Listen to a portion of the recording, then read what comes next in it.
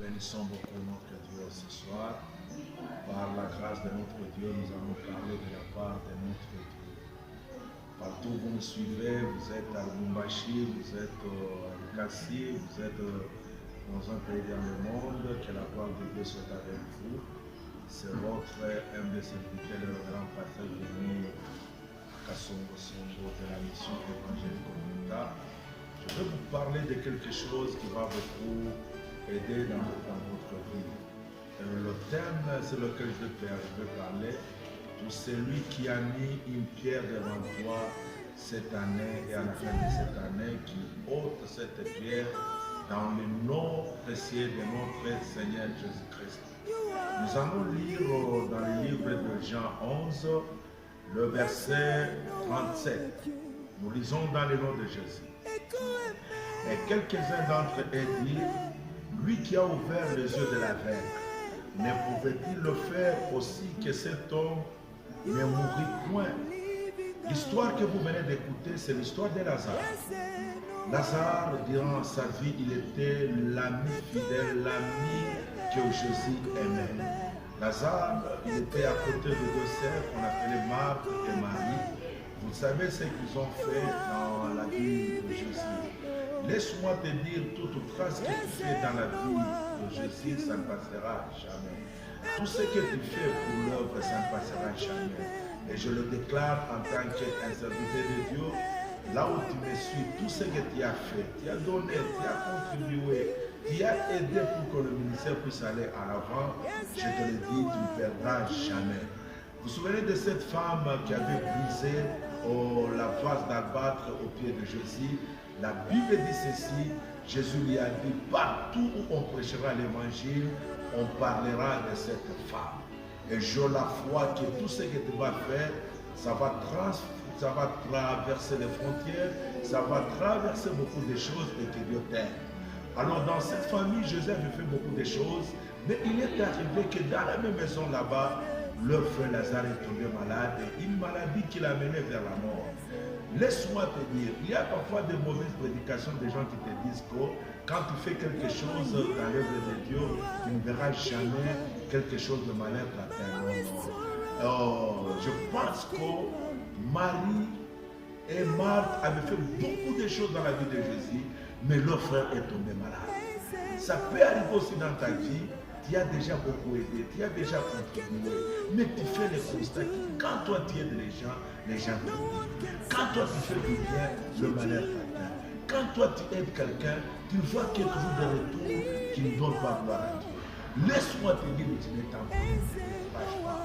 Je viens encourager quelqu'un et je lui parle que tout ce que tu as fait, continue à le faire. Parce que la Bible déclare que c'est lui qui sait à faire le bien, qui ne se fatigue pas, qui ne se lâche pas à le faire. Parce que celui qui le fait, il aura toujours sa récompense. Alors dans cette maison, un jour, Lazare est tombé malade. Quand il est tombé malade, la famille de Lazare a commencé à appeler, il dit allez appeler Christ qu'il vienne, appelez Christ qu'il vienne. La Bible dit ceci, quand Christ écoutait, il ne se déplaçait pas.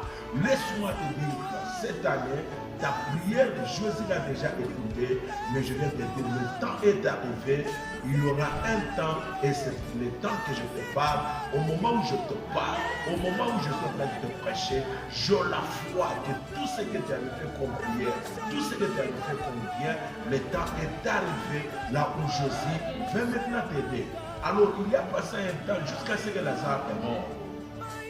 Quand Lazare est mort, alléluia, c'est alors que le message est arrivé. Laisse-moi te dire, il y a des temps dans ta vie que Dieu ne répond pas. Ce n'est pas le synonyme qui n'a pas exaucé la prière, bien sûr qu'il n'a pas exaucé. Ta prière est exaucée. Mais il y a toujours un temps où Dieu est pris, mais il attend encore son temps. Le temps, c'est le plus grand prophète dans la vie de quelqu'un. Le temps, c'est ce que Jésus lui-même il a dit, je suis le maître des temps et le maître des circonstances. La Bible le déclare, la Bible le confirme. C'est-à-dire que le temps Viens avec la réponse dans le temps qu'il faut. Alléluia. Et je viens dire à quelqu'un, malgré que tu as tout fait, mais le temps est arrivé. Là où tu as fait des choses, mais le temps est arrivé. Là où Jésus maintenant veut t'aider, le temps est arrivé, c'est la fin de cette année. Le temps est arrivé, c'est le mois qui vient. Le temps est arrivé, c'est pendant que tu écoutes ce message, moi je te prophétise que ton temps arrive. Ton temps arrive, ton temps arrive. Si vous le croyez, dites Amen, dites Amen, dites Amen, dites Amen, parce que le temps est arrivé. Alors quand le temps est arrivé, Jésus s'est déplacé. Il est arrivé là où était Marie-Marthe. Il lui a dit, non, il sent déjà. Ça fait déjà 4 jours qu'on l'a enterré. Laisse-moi te dire, il faut que ton temps, ton problème tarde. Ton problème arrive même jusqu'à ce que les gens regardent et disent non, en tout cas cet homme, il ne se lèvera jamais. Cet homme, il ne restera jamais. Cet homme, en tout cas cette femme, c'est la fin. Le ministère au moment où je parle, peut-être ton ministère est bloqué, ton église est bloquée. Les gens disent qu'en tout cas, c'est terminé pour cette église. Mais laisse-moi te dire, il y a des temps que les hommes parlent et il y a des temps que Dieu parle. Les gens avaient parlé qu'ils sentent des gens. Moi aussi, je te parle encore ce soir, que les gens disent que c'est terminé. Disant déjà, ton problème c'est la fin, c'est terminé. Non, ce n'est pas terminé. Le temps était arrivé. Jésus est allé à la tombe. Il a dit, ôtez la pierre. Oh, alléluia. Ôtez la pierre, ôtez la pierre. Oh, alléluia. Laisse-moi te dire.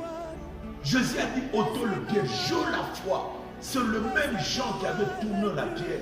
Parce que quelqu'un qui n'avait pas tourné la pierre ne pouvait pas encore le retourner. Waouh! Laisse-moi te dire, le gens qui t'ont mis dans une situation très compliquée, c'est les mêmes gens qui vont t'avoir. C'est les mêmes gens qui vont témoigner. C'est les mêmes gens qui vont croire que Dieu est avec toi. Il a dit, ôtez la pierre, ôtez la pierre. Je te dis, la fin de cette année, dans ton ministère, dans le don que Dieu t'a donné, dans tes affaires, dans ton mariage, toi qui es en train de me suivre, ce soir que Dieu fasse un miracle, fasse un miracle, fasse un miracle dans ta vie, fasse un miracle. Et je vois un miracle qui est en train d'entrer dans ta vie.